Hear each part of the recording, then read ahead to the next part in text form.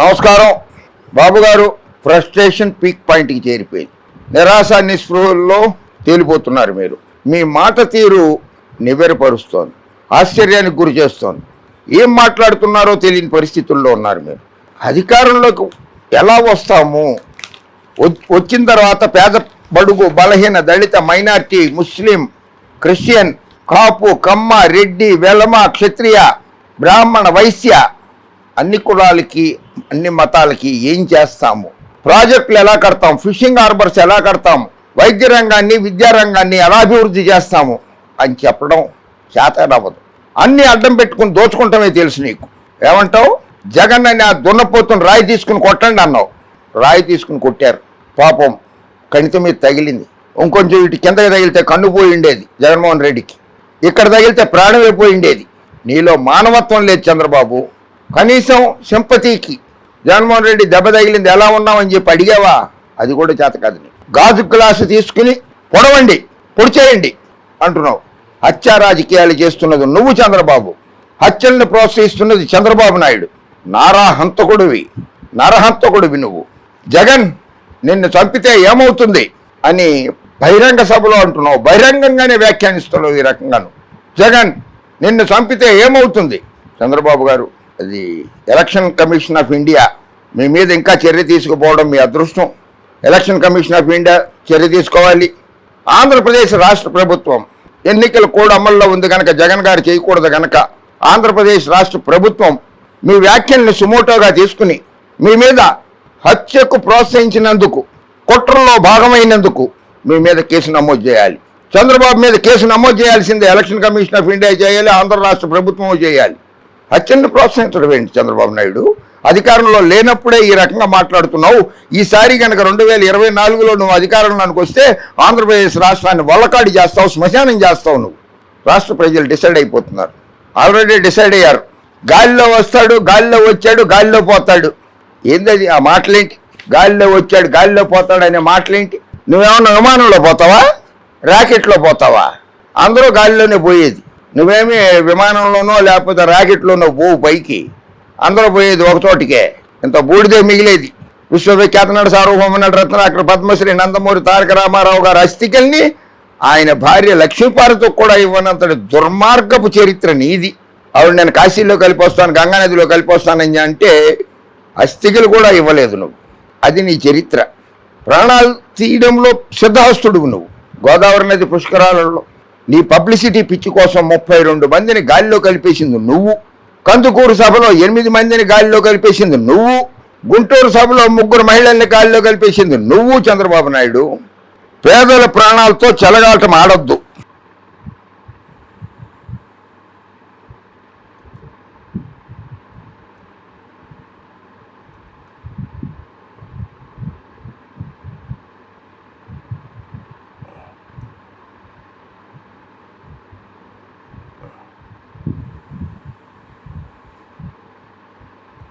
ఇంటి వద్ద పింఛన్లు ఇవ్వకుండా గత నెలలో 32 మంది పింఛన్దారులు ఏపీ ముఖ్యమంత్రి పొట్టను పెట్టుకున్నారని తెలుగుదేశం పార్టీ అధినేత చంద్రబాబు నాయుడు ధ్వజమెత్తారు. ఇంటి వద్ద పింఛన్లు ఇవ్వకుండా ఆపించింది ఎవరు? చంద్రబాబు నాయుడు గారు, నువ్వే. నీ అనుంగ శిష్యుడు రమేష్ తోటి కోర్టులో న్యాయస్థానంలో పిటిషన్ వేయించింది నువ్వు. ఆపింది నువ్వు. ఆ 32 మంది ప్రాణాలు గాలిలో కలిపింది నువ్వు, జగన్మోహన్ రెడ్డి కాదు. గత 5 ఏళ్లలో ఎప్పుడూ జరగంది. ఎన్నికల సమయంలో వాలంటీర్లను ఇంటికి వెళ్ళి డబ్బులు ఇవ్వకుండా, పింఛన్ ఇవ్వకుండా ఆపించింది చంద్రబాబు నాయుడు. నీ వల్లే వాళ్ళ ప్రాణాలు గాలిలో కలిసినాయి. జగన్మోహన్ రెడ్డి మీదకి నెట్టేస్తున్నావు. అది అధికారంలోకి రాగానే 4,000 రూపాయలు పెన్షన్ చేస్తాను, మీరందరూ నాకు ఓటేయండి అని అడుగుతున్నాడు. ఇది ఒక పచ్చాబద్ధం. ఇది పచ్చాబద్ధం. జాబు కావాలంటే బాబు రావాలన్నాడు, ఉద్యోగాలు ఇవ్వలేదు. మేనిఫెస్టోలో 600 హామీలు పెట్టాడు, 60 కూడా చేయలేదు. ప్రజలారా నమ్మకండి. ఈ వ్యక్తిని చంద్రబాబు నాయుడు చెప్పేవన్నీ అబద్ధాలు, అసత్యాలే. జగన్ రాయలసీమ ద్రోహి. సీఎం జగన్ రాయలసీమ ద్రోహి అని సీఎంకు కేటాయించిన 102 సాగునీటి ప్రాజెక్టులను రద్దు చేశారని చంద్రబాబు మండిపడ్డారు. ఆర్డీఎస్కు 1955 కోట్లు ఇస్తే ఖర్చు పెట్టలేదని, వేతవది ప్రాజెక్టుకు 1942 కోట్లు ఇస్తే పంప్ హౌస్ కాలువ పనులను నిలిపివేశారని ధ్వజమెత్తారు. ఎవరు? నువ్వు కేటాయించావా? కేంద్ర ప్రభుత్వం కేటాయించిందా? 102 ప్రాజెక్టులు.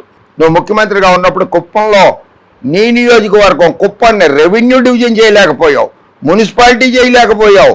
మంచినీళ్లు, సాగునీరు, తాగునీరు నీ కుప్పం నియోజకవర్గంలో ఇవ్వలేనటువంటి దుర్మార్గమైనటువంటి రాజకీయ నాయకుడు నువ్వు చంద్రబాబు. జగన్మోహన్ రెడ్డి కాదు. నువ్వు అక్కడ ముఖ్యమంత్రిగా ఉన్నా కానీ నీ నియోజకవర్గాన్ని అభివృద్ధి చేసింది, నువ్వు అడిగి నువ్వు లేఖ రాస్తే రెవెన్యూ డివిజన్ చేయమని రెవెన్యూ డివిజన్ చేసింది, కుప్పంలో మున్సిపాలిటీ చేసింది జగన్మోహన్ రెడ్డి. ప్రతిపక్ష నాయకుడు నియోజకవర్గంలో కూడా చేసింది జగన్మోహన్ రెడ్డి. భారతదేశంలో ఎవరు అలా చేయరు, ఏ ముఖ్యమంత్రి చేయడు, కానీ జగన్మోహన్ రెడ్డి గారు చేశారు. అందుకు దండం పెట్టు జగన్మోహన్ రెడ్డికి, నీ నియోజకవర్గాన్ని అభివృద్ధి చేసినందుకు. జగన్మోహన్ రెడ్డికి విజన్ లేదు. ఆర్థికంగా ఎలా పైకి తీసుకురావాలో జగన్మోహన్ రెడ్డికి తెలియదు.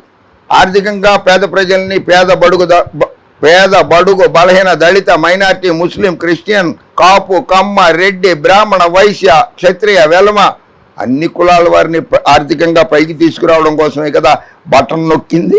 డైరెక్ట్ బెనిఫిషియరీ ట్రాన్స్ఫర్ ద్వారా 4,60,000 కోట్ల రూపాయల్ని పేద ప్రజలకే ఇచ్చాడు కదా ఆయన.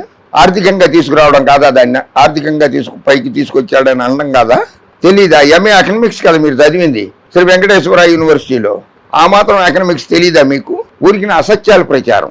గోబెల్స్ అని ఆయన బతికుంటే నిన్ను చూడంగానే ఆత్మహత్య చేసుకుని చచ్చిపోయి ఉండేవాడు. ప్రజల ఆస్తులను దోచుకోవాలన్న ఆలోచన తప్ప జగన్కి ఎలాంటి ప్రేమ లేదన్నారు. అదే ఎవరు దోచుకున్నారో తెలిసిపోయింది. స్కిల్ డెవలప్మెంట్ స్కామ్లో, మద్యం కేసులో, ఇసుక రవాణా కేసులో, ఇన్నర్ రింగ్ రోడ్ కేసులో, ఫైబర్ నెట్ కేసులో ఎవరు దోచుకున్నారో తెలిసిపోయింది. అవన్నీ దాచిపెట్టుకోవడం కోసం ఇగో ఇలా మాట్లాడుతున్నావు. దొంగ అన్నట్లుగా అరిచినట్లుగా ఉంది నీ పరిస్థితి. వలసలతో యువతకు పెళ్లిళ్లు కావడం లేదు. కర్నూలు జిల్లా నుంచి భారీగా వలసలు ఉంటున్నాయని, ఒక్క మంత్రాలయం నియోజకవర్గం నుంచి ఉపాధి కోసం ఏటా 80,000 మంది వలస వెళుతున్నారని చంద్రబాబు ఆవేదన వ్యక్తం చేశారు. అరే ఒక్క మంత్రాలయం నియోజకవర్గం నుంచి 80,000 మంది వెళ్ళిపోయారంటే 5 ఏళ్లలో జగన్మోహన్ రెడ్డి గారు ముఖ్యమంత్రిగా ఉన్న 5 ఏళ్లలో 4,50,000 మంది వెళ్ళిపోయి ఉండాలి ఆ నియోజకవర్గం నుంచి, ఒక్క మంత్రాలయం నియోజకవర్గం నుంచి. మరి అక్కడ ఎందుకు వెళ్ళి ప్రచారం చేశావు? ఎవరు లేనప్పుడు, ఓటర్లు లేనప్పుడు ప్రచారానికి ఎందుకు వెళ్ళావు అక్కడికి? అందరూ వెళ్ళిపోయి ఉండాలి కదా. 4,05,000 ఇంటూ 80,000 తప్ప 4,50,000 మంది వెళ్ళిపోయారంటే ఓటరే ఉండకూడదు అక్కడ. అక్కడికి వెళ్ళి ప్రచారం చేసి శ్మశానంలో ప్రచారం చేశావా? లేదు, మంత్రాలయం నియోజకవర్గంలో ప్రజలు ఉన్నారు అక్కడ.